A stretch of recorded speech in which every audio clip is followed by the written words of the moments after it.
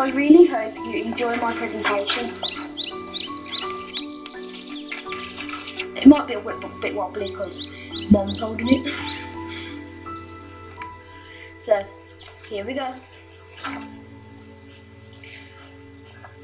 Hello, I'm Harry and this is my story. I am 11 years old. I live in Sheldon and go to Blakenhall Junior School. Harry was just a really confident, funny little boy. Your average 6-year-old at the time. Very mischievous, looked up to his brother, very close, and just a joy to be around like every 6-year-old is. In 2007, I found out that I had a brain tumour called a pilocytic in my hypothalamus. My mum explained to me that it was cancer. I just didn't know what to do. Our lives were just thrown up into the air, but you just have to keep as much normality as you can and just get on with it. I went to the QE hospital every day for 6 weeks. During this time, I had to have a mask made of my head.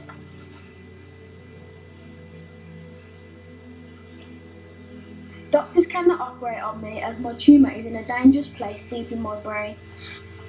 I'm Dr. Andrew Peat. I'm an oncologist, paediatric oncologist at Birmingham Children's Hospital. I met Harry by being his consultant oncologist. It was a tumour which, although usually grows really very slowly, was really right in the middle of the brain and wrapped around all of the nerves for eyesight. So that was one of the things that really kind of brought this to light. I have had chemotherapy including vincristine, carboplatin and etoposide. There was only ever one point when he got really low on chemo. It always affected his immune system. On Monday, you might have already known that I had to go to hospital because I'd stopped growing. I didn't feel that, I felt really ill on that day. He ended up staying in hospital lots because his body became what they call neutropenic, which means you have no immune system. And every time you have a temperature over 37.5 degrees, you have to be rushed to hospital. I met Robert when I was having my radiotherapy. Me and Robert started the same time and finished on the same time. Harry would say to Robert, have you kept the bed warm for me, Robert, today? And that's really how they got chatting. I'm Trina Harley. I'm the wife of Robert Harley, who was Harry's special friend. His grasp of business and his entrepreneurial spirit really sort of impressed Robert, as well as his ability to be so positive, when having to put up with what he had to go through. He really had to try and do something to find a cure for brain tumours so that nobody else would have to suffer, like indeed he or Robert. About a year later, Robert was ill, so I said to Mum, I want to go and visit him. As a little boy, the reality of what the illness can do. Harry knew his illness was life-threatening, was too close to home, but Harry actually turned around to us and said, Mum, if that was me that was in that situation, you wouldn't want somebody not to come to hospital to see me because of how they felt. When we had to go, I made sure I gave Robert a kiss on the cheek, and he managed to say that was nice. So that really warmed my heart, but I still didn't like it that Robert was ill. We literally got home and he said, Mum, I've got to do something to get Robert better. I decided that something needed to be done, so I decided to make bracelets. I thought it would just be around my family, but it got absolutely massive. On Friday, I had a local launch for my campaign. My Twitter friends, Ben Shepherd and Wincy Willis were there. Tom Ross was there. Oliver Phelps and James Phelps was there. Michael Johnson and Ian Taylor, old footballers, still well known. And also Gary Lineker was, which I was really pleased he could make it. And then we went to Darlington, doing a presentation to 3 schools. On Monday, going to the Wentworth to meet all the famous golfers. Even met Bruce Forsyth. Nice to see you, nice. On Tuesday, I done my speech to the 500 people. Great turnout because I got more people aware of my campaign. Got a standing ovation at the end. Mum was blasted once again. Harry went literally all over the place. He'd do events at Asda and he'd see old people and some of his regulars that for updates. He'd go into a lot of schools and talk to all the kids, and he loved nothing more than sitting with the kids after an assembly and telling his story and all about him, all about Robert, why he started and what his school's initiative was all about. I don't think he could ever get, you know, what he was doing was so special, because to him it was just his little campaign and it was his baby. You've helped me raise £1,100 just by buying my bracelets, which is brilliant, trust me. Sadly, 4 weeks into my campaign, my special friend died. This makes me very sad that I could not help him, the reason and inspiration of why I started my campaign. Someone nominated me for Britain's Kindest Kid. I didn't think I'd get through, but I got through to the final 5. We went to Downing Street and met Gordon Brown. And then one day, it was the day when you got told who was it. I didn't have a call, so I didn't think it was me. And during assembly at school, they burst through the door and told me I'd won. I just was speechless. I'm really glad, and I'm super gobsmacked.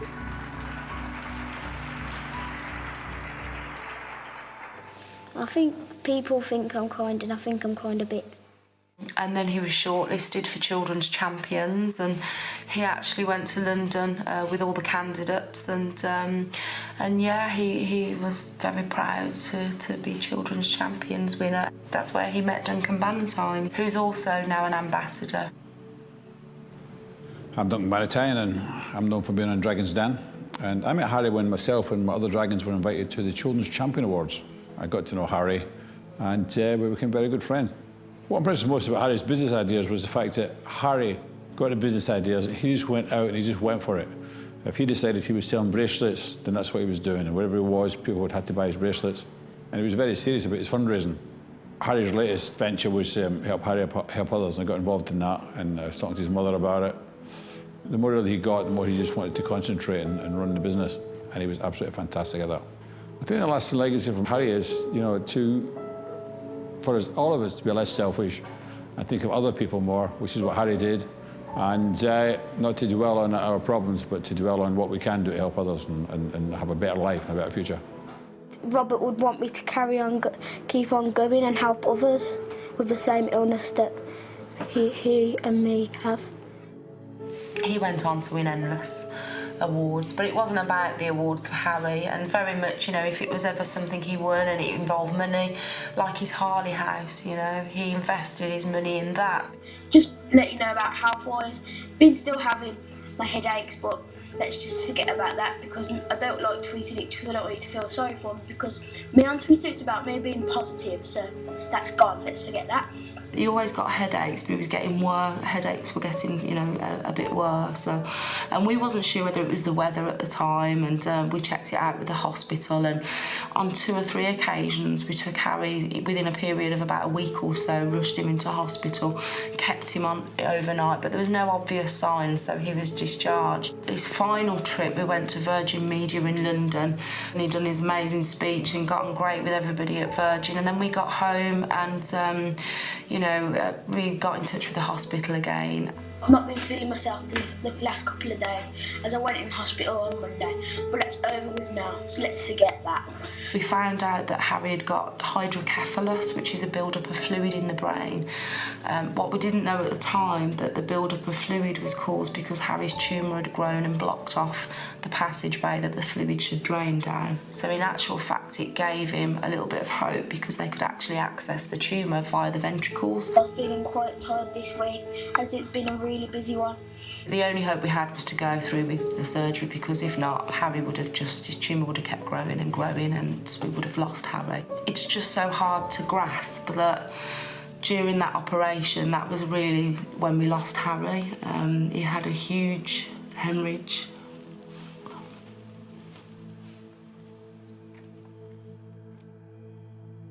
I promised Harry faithfully that we would get him home, and they arranged for Harry to come home on the Friday, and they removed his ventilator at home. And in his short life, Harry Moseley achieved a remarkable amount. Today, hundreds gathered at St Edburga's Church in Yardley to pay their respects. I remember feeling so helpless at the fact that I couldn't fix you and patch you up and make you better like a mum should. I will never ever forget the happiness and the love that you brought into our lives and the millions of special memories that you get. I hope you're at peace and really happy now. You will not be remembered as Harry with a brain tumour, but as Harry who helped people with brain tumours. You made it happen, H. I hope you never forget that. I will always, always love you with all of my heart. The most inspirational person that's helped me through my campaign has got to be my mum. She is absolutely fantastic. You couldn't ask for a better person in my life.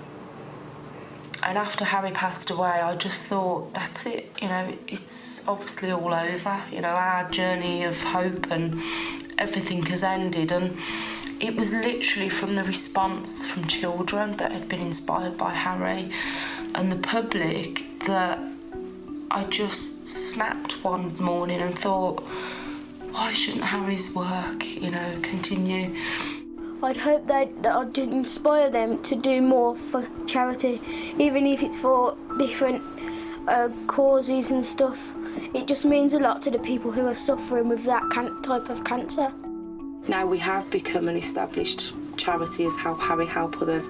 All of this will be going to obviously Harry's Help Harry headquarters, a shop which we will hopefully inspire kids like Harry always wanted to.